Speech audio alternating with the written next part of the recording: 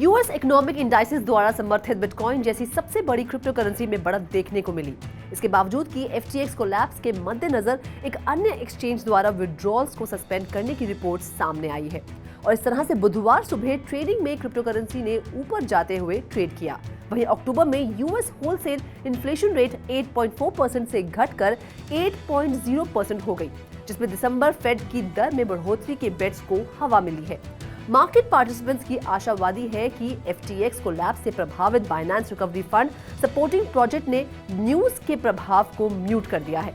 Nasdaq composite index मंगलवार को 1.45% बढ़ा, जो सॉफ्टर नंबर्स द्वारा समर्थित था, जिसने BTC प्राइस सपोर्ट को भी समर्थन दिया। वहीं बिटकॉइन 0.7% बढ़ चढ़ा। 10 सेशन से थर्ड गेन को चिन्हित करते हुए BTC को दिन के अंत में $16,886 पर ट्रेड करते हुए देखा गया, जबकि ब्लॉकफाई द्वारा विड्रॉल्स फ्रीज करने की खबर के बाद क्रिप्टो एक्सचेंज लिक्विड ने मंगलवार को विड्रॉल्स को रोक दिया, जिससे बिटकॉइन के लिए ऊपर बढ़ना सीमित हो गया। हालांकि विस्तारित खरीदारी नहीं देखी गई, क्योंकि मार्केट ने अभी भी दूसरे सबसे बड़े क्रिप्टो एक्सचेंज FTX के कोलैप्स का पूरा प्रभाव नहीं देखा है, जबकि इथेरियम दूसरा सबसे बड़ा क्रिप्टो $1,260 पर फ्लैट रहा। 15 नवंबर की वॉल स्ट्रीट जर्नल रिपोर्ट के अनुसार FTX फाउंडर और बैंकरप्ट ऑल्ट्रिस्ट सैम बैंकमैन-फ्राइड ने वीकेंड में कई इन्वेस्टर्स को नई पूंजी में बिलियंस ऑफ डॉलर्स जुटाने के लिए बुलाया था। WSJ के अनुसार स्थिति से परिचित लोगों के मुताबिक SBF का मानना है कि वे कस्टमर्स को रीपे करने के लिए फंडिंग सिक्योर कर सकते हैं। रिपोर्ट के अनुसार कुछ बचे हुए एम्प्लॉइज उनके प्रयास में बैंकमैन-फ्राइड के साथ शामिल हो गए, हालांकि उनके नाम नहीं दिए गए थे। FTX कोलैप्स से क्रिप्टो इंडस्ट्री में तबाही जारी है। ऐसे में कई क्रिप्टो करेंसी एक्सचेंजेस द्वारा FTX टोकन को हटा दिया गया है। बाइनेंस ने एक अनाउंसमेंट में अनाउंस किया है कि उसने FTT BTC, FTT BNB, FTT ETH और FTT USDT ट्रेडिंग पेयर को अपने प्लेटफॉर्म से हटा दिया है, क्योंकि वे अपनी हालिया रिव्यूज में विफल रहे हैं। कम्युनिटी मेंबर्स द्वारा टोकन को डिलीट करने के रिक्वेस्ट के जवाब में ये डिसीजन लिया गया था। बाइनेंस के अलावा बिटमेक्स ने FTT से संबंधित परपेचुअल स्वैप कॉन्ट्रैक्ट्स को हटा दिया है। इसमें FTT USD और FTT USDT करेंसी पेयर्स भी शामिल हैं। क्यूकॉइन बिटमेक्स की तरह क्यूकॉइन फ्यूचर्स पर अपने FTT USDT परपेचुअल कॉन्ट्रैक्ट को हटा दिया है।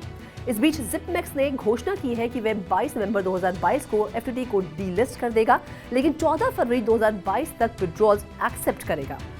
लिक्विड एक Japanese crypto currency exchange centralised crypto exchange के चल रहे संकट के बीच विड्रॉल्स को सस्पेंड करने वाला लेटेस्ट एक्सचेंज है।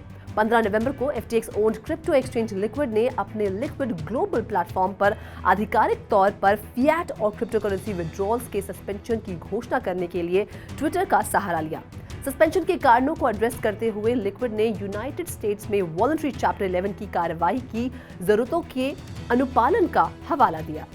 14 नवंबर को जारी एक आधिकारिक नोटिस के अनुसार बहामास के सर्वोच्च न्यायालय ने प्राइस वाटर हाउस कूपर्स के 2 इंसॉल्वेंसी एक्सपर्ट्स को FTX की संपत्ति की देखरेख करने वाले प्रोविजनल लिक्विडेटर के रूप में मंजूरी दी है।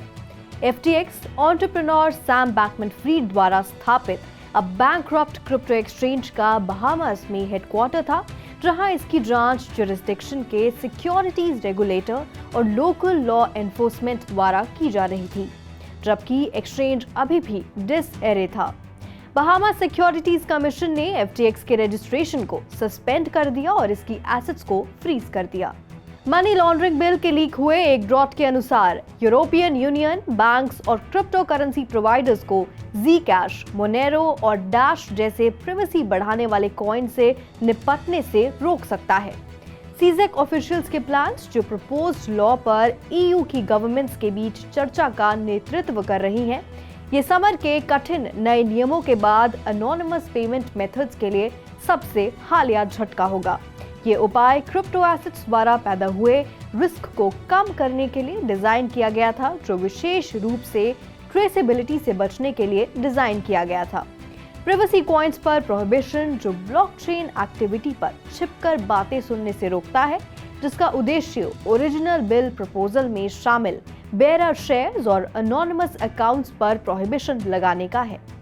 कैथी वुड के आर्क इन्वेस्ट ने 15 नवंबर को ट्रस्ट की डिस्काउंट के नए निचले स्तर पर पहुंचने के कुछ दिनों बाद ग्रेस्केल के बिटकॉइन ट्रस्ट के शेयर्स खरीदे। इसकी सबसे रीसेंट ट्रेड फाइलिंग के अनुसार आर्क ने 15 नवंबर को GBTC के 3,15,259 शेयर्स खरीदे। शेयर्स को arc next generation internet ETF में शामिल किया गया है। एसेट मैनेजर ने खरीद के लिए $2.8 मिलियन से ज्यादा का भुगतान किया। जुलाई 2021 के बाद से ये आर्क का पहला GBTC एक्विजिशन है। 10 नवंबर को GBTC, जो 2021 की शुरुआत से डिस्काउंट पर ट्रेड कर रहा है, 41.69% का रिकॉर्ड निचले स्तर पर पहुंच गया। FTX के कोलैप्स के कारण क्रिप्टो मार्केट में चल रहे प्राइस प्रेशर ने ट्रस्ट की डिस्काउंट में इजाफा किया। क्रिस्टियानो रोनाल्डो का फर्स्ट NFT कलेक्शन शुक्रवार 18 नवंबर को बाइनेंस के साथ मल्टी ईयर एग्रीमेंट के हिस्से के रूप में अवेलेबल होगा, जो दुनिया का लीडिंग ब्लॉकचेन इकोसिस्टम और क्रिप्टो करेंसी इंफ्रास्ट्रक्चर प्रोवाइडर है। ये लॉन्च रोनाल्डो स्टारिंग एक ग्लोबल मार्केटिंग कैंपेन के साथ है, जिसका गोल NFTs की दुनिया के माध्यम से अपने फैंस को Web3 से परिचित कराना है। First Cristiano Ronaldo NFT collection 18 नवंबर को जारी किया जाएगा और इसमें 4 रैरिटी लेवल्स वाले 7 एनिमेटेड स्टैचूज भी शामिल होंगे। उसमें है सुपर रेयर यानी SSR, सुपर रेयर यानी SR, रेयर यानी R और नॉर्मल यानी N। हर NFT स्टैचू रोनाल्डो को उनके जीवन के एक यादगार क्षण में दर्शाती है। उनके करियर को डिफाइन करने वाली साइकिल की किक से लेकर पोर्चुगल में उनके बचपन तक। सीरम सोलाना ब्लॉकचेन पर एक डिसेंट्रलाइज्ड एक्सचेंज प्रोटोकॉल ने मंगलवार को डिजिटल एसेट मार्केट्स में अपने SRM टोकन्स को देखा, क्योंकि सैम बैंकमैन-फ्राइड के एलिंग FTX एक्सचेंज के रिसेंट हैक के रिस्पॉन्स में प्रोजेक्ट के की बैकर्स इमरजेंसी फोक के आसपास रुके थे। 11 नवंबर हैक द्वारा सिक्योरिटी से कॉम्प्रोमाइज किए जाने वाले वार्निंग के बाद कम्युनिटी ने प्रोजेक्ट को फोक कर दिया। ब्लॉकचेन अनिवार्य रूप से अंडरलाइंग सॉफ्टवेयर कोड की कॉपी बनाने और नए सिरे से शुरू करने के लिए बोला गया है। क्रिप्टो मार्केट्स में बिगेस्ट लूजर टोकन की रैंकिंग करते हुए अलार्म ने SRM प्राइस में गिरावट को भेजा था। रिबाउंड ने टोकन को रातों रात बिगेस्ट विनर्स में से एक में बदल दिया।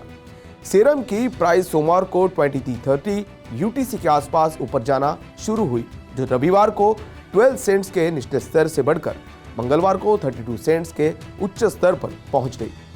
प्रेस टाइम के अनुसार टोकन 29 सेंट्स पर वापस आ गया था। पिछले साल से ये सभी भी 95% से नीचे है। Crypto lender salt lending crypto महामारी का शिकार हो गया है, जो FTX के कोलैप्स से छिड़ गया था। Online investing platform BNK to the future ने कहा कि उसने पिछले FTX एक्सपोजर की वजह से सॉल्ट लेंडिंग को खरीदने के इरादे के अपने पहले अनाउंस नॉन बाइंडिंग लेटर को खत्म कर दिया। एक स्टेटमेंट के अनुसार BNK टू द फ्यूचर ने अनाउंसमेंट की है कि सॉल्ट ब्लॉकचेन INC यानी सॉल्ट के साथ इसके पिछले अनाउंस नॉन बाइंडिंग लेटर को FTX के साथ सॉल्ट की पोजीशन और BNK to the future due diligence में विफल होने की वजह से खत्म कर दिया गया है और इसके द्वारा विचार किए गए ट्रांजैक्शंस आगे नहीं बढ़े। स्टेटमेंट में कहा गया है कि BNK टू द फ्यूचर का न तो सॉल्ट और न ही FTX से कोई इंपैक्ट नहीं है, क्योंकि BNK टू द फ्यूचर का सॉल्ट या FTX के साथ कोई डायरेक्ट या इनडायरेक्ट कनेक्शन नहीं है और पूरी सभी क्लाइंट्स पूरी तरह से सेग्रीगेटेड और अनइन्वेस्टेड से है। 2 सितंबर को BNK टू द फ्यूचर ने कहा कि उसने यूजर्स को अपनी क्रिप्टो होल्डिंग्स के खिलाफ बोरो करने की एबिलिटी देने के लिए एक अनडिस्क्लोज अमाउंट के लिए सॉल्ट लेंडिंग खरीदने पर सहमति व्यक्त की थी। डील डेफिनेटिव एग्रीमेंट्स पर साइन करने और रेगुलेटरी अप्रूवल्स प्राप्त करने पर आकस्मिक था। तो ऐसे में आज के लिए बस इतना ही। ऐसी Web3 दुनिया से जुड़ी खबरों से अपडेटेड रहने के लिए सबसे पहले लाइक एंड शेयर कर हमारा वीडियो सब्सक्राइब करें हमारा YouTube चैनल और लेटेस्ट अपडेट्स हमेशा पाने के लिए बेल आइकन दबाना न भूलें। मैं संदीप कसालकर फिलहाल आपसे विदा लेता हूं। To watch 3.0 TV।